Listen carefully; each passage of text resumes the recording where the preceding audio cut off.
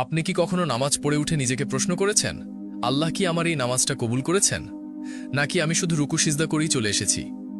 আমরা অনেকেই 5 ওয়াক্ত নামাজ পড়ি, সময় মতো পড়ি, সুন্দরভাবে পড়ি, কিন্তু সত্যি করে বলুন, আল্লাহর দরবারে দাঁড়ানোর সেই অনুভূতি কি আসলেই আসে আমাদের মাঝে, নাকি শুধু শরীর নামাজে কিন্তু মন ঘুরে বেড়ায় দুনিয়ার চিন্তায়?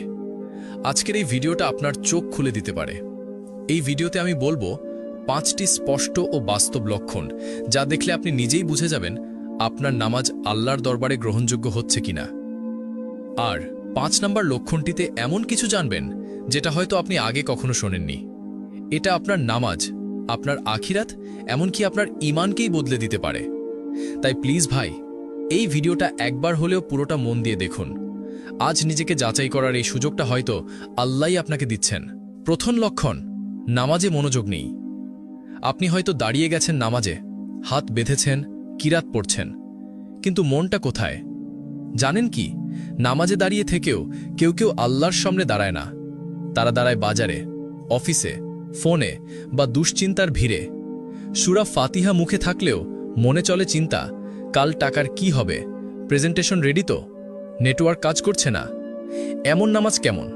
দেহ আছে কিন্তু আত্মা নেই, মুখ চলছে কিন্তু হৃদয় চুপ।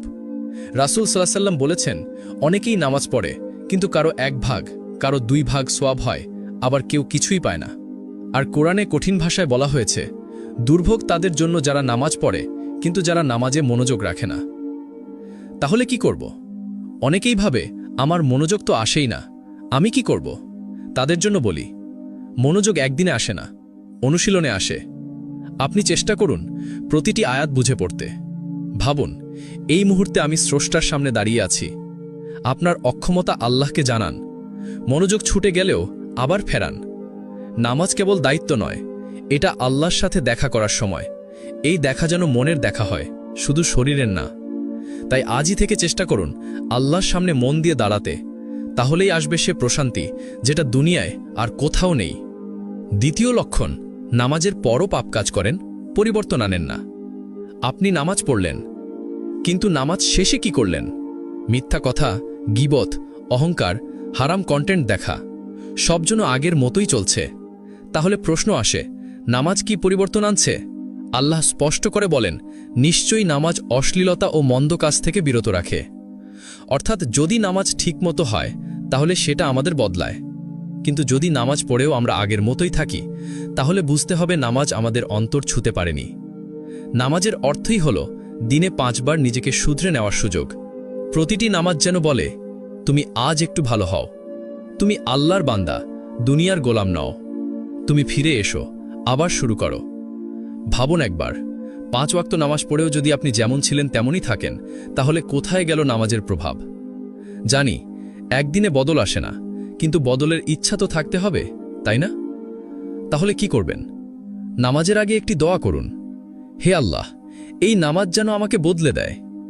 একটি গুনাহ চিহ্নিত করুন যেটা আপনি প্রতিদিন করেন, এবং বলুন, আজ আমি এই কাজটা ছাড়তে চেষ্টা করব আল্লাহর জন্য।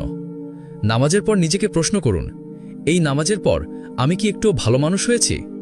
আপনার নামাজ যদি আপনাকে বদলায় না, তাহলে হয় নামাজ ঠিক হয়নি, নয়তো আপনি নামাজকে জীবনের অংশ বানাতে পারেননি।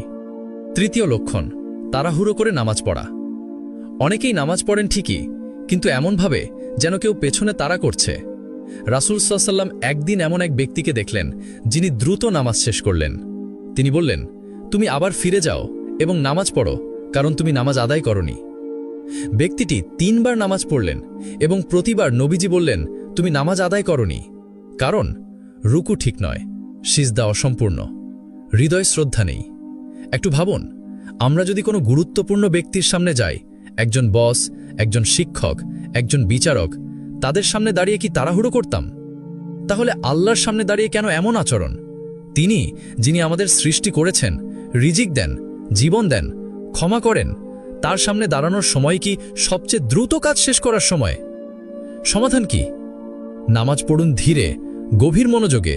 প্রতিটি রুকু ও সিজদা যেন হয় আত্মার গভীর থেকে, তাসবিহ গুনে নয়, হৃদয় বুঝে পড়ুন। মনে মনে বলুন, এই হতে পারে আমার জীবনের শেষ নামাজ। যখন নামাজ পড়বেন, সময় দিন, মন দিন, ভালোবাসা দিন, আল্লাহর সঙ্গে কথা বলার সময় যদি তাড়াহুড়ো করেন তাহলে আপনি নিজেই বঞ্চিত হবেন সেই প্রশান্তি থেকে যা কেবল নামাজেই পাওয়া যায়। চতুর্থ লক্ষণ, সময় মতো নামাজ না পড়া। আল্লাহ দিনে 5 বার আপনাকে ডাকেন যেন আপনি একটু তার সাথে কথা বলেন, কিন্তু আপনি ঘুমের কারণে ফজর চলে যায়, দুপুরে ব্যস্ত, বিকেলে ক্লান্ত, এশা পড়তে পড়তে চোখ লেগে আসে। নামাজ হয়তো পরে পড়েন, কিন্তু সময় মতো আল্লাহর ডাকে সাড়া দেন না। রাসূল সাল্লাল্লাহু আলাইহি ওয়াসাল্লাম বলেন, সবচেয়ে প্রিয় নামাজ আল্লাহর কাছে হলো সময়ের শুরুতে পড়া নামাজ। ভাবুন একবার, আপনার অফিসে বস ডাকলে আপনি কি দেরি করেন? আপনার কোনো প্রিয় মানুষ যদি ফোন করে আপনি কি বলেন, পরে কথা বলবো?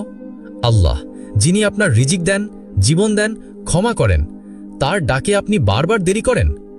সময় মতো না পড়লে কি হয়? নামাজের গুরুত্ব কমে যায়, আলস্য বেড়ে যায়, ধীরে ধীরে শয়তান সুযোগ নেয়। সমাধান কি? নামাজকে অগ্রাধিকার দিন, অন্য কাজ নয়। নিজেকে বলুন, আল্লাহ আমাকে ডাকছেন, আমি কি শুনব না? যে ব্যক্তি আল্লাহর ডাকে সময় মতো সাড়া দেয়, আল্লাহ তার দোয়ার জবাব ঠিক সময় দেন। পঞ্চম লক্ষণ, নামাজ পড়ে অহংকার করা। অনেকে 5 ওয়াক্ত নামাজ পড়েন, মসজিদে যান, সুন্নত মুস্তাহাব মেনে চলেন এবং তারপর মনে করেন, আমি তো ভালো মুসলিম, আমি তো বাকি সবার চেয়ে ভালো। এটাই সবচেয়ে ভয়ঙ্কর ফাঁদ। নামাজ আমাদের বানায় বিনয়ী, কিন্তু কেউ কেউ হয়ে যান আত্মগর্বিত। এই মনোভাবই হলো সবচেয়ে ক্ষতিকর। আমি নামাজ পড়ি, অথচ সে পড়ে না। আমি তো নিয়মিত মসজিদে যাই, অন্যরা শুধু কথা বলে।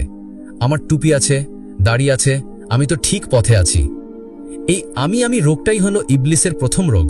সে সেজদা করতে অস্বীকার করেছিল এই অহংকারেই। রাসূল সাল্লাল্লাহু আলাইহি ওয়াসাল্লাম বলেছেন, যার মনে 1 কণার পরিমাণ অহংকার আছে সে জান্নাতে প্রবেশ করবে না। আপনি যদি নামাজ পড়ে নিজেকে বড় ভাবেন, তাহলে সেই নামাজ আপনার অহংকারের খোরাক হয়ে দাঁড়ায়। চিন্তা করুন, নামাজ হলো আল্লাহর সামনে মাথা নত করা, সেজদা হলো নিজের সব অহংকার মাটিতে মিশিয়ে দেওয়া। কিন্তু আপনি যদি সেই সেজদা করে উঠে বলেন, আমি তো অন্যদের চেয়ে ভালো, তাহলে সেই নামাজের ফল কি? সমাধান কি? নিজের আমলকে ছোট ভাবুন, আল্লাহর দয়ার ওপর ভরসা রাখুন। আমল কবুল হবে কিনা এটাই বড় প্রশ্ন। নামাজ পড়ে কাঁদুন, গর্ব না। নামাজ আমাদের বদলাতে আসে, অহংকার বাড়াতে নয়। যে সত্যি নামাজ বুঝে পড়ে সে জানে, আমি কিছুই না, আমি সবকিছুর জন্য আল্লাহর মুখাপেক্ষী। তাই নামাজ পড়ে যদি মনে হয় আমি সেরা, তবে বুঝে নিন আপনার হৃদয়ে এখনো রোগ আছে। আজই দোয়া করুন, হে আল্লাহ, আমাকে নামাজি বানান, কিন্তু অহংকারী না। ভাই ও বোনেরা, এই 5টি লক্ষণ আমাদের ভয় দেখানোর জন্য না, বরং নিজের নামাজকে যাচাই করার একটি আয়না। তাই আসুন, নামাজ পড়ি ভালোবাসা দিয়ে, বিনয় নিয়ে, মনোযোগ দিয়ে, আর আল্লাহর সামনে ভাঙা হৃদয় নিয়ে। কমেন্টে লিখুন, আল্লাহ আমার নামাজ কবুল করুন এবং হৃদয়কে নামাজি বানিয়ে দিন। ভিডিওটি শেয়ার করুন যাতে অন্যরাও সচেতন হতে পারে আর আমরা সবাই মিলে আল্লাহর কাছে ফিরে যেতে পারি। আল্লাহ আমাদের সবার নামাজ কবুল করুন। আমিন।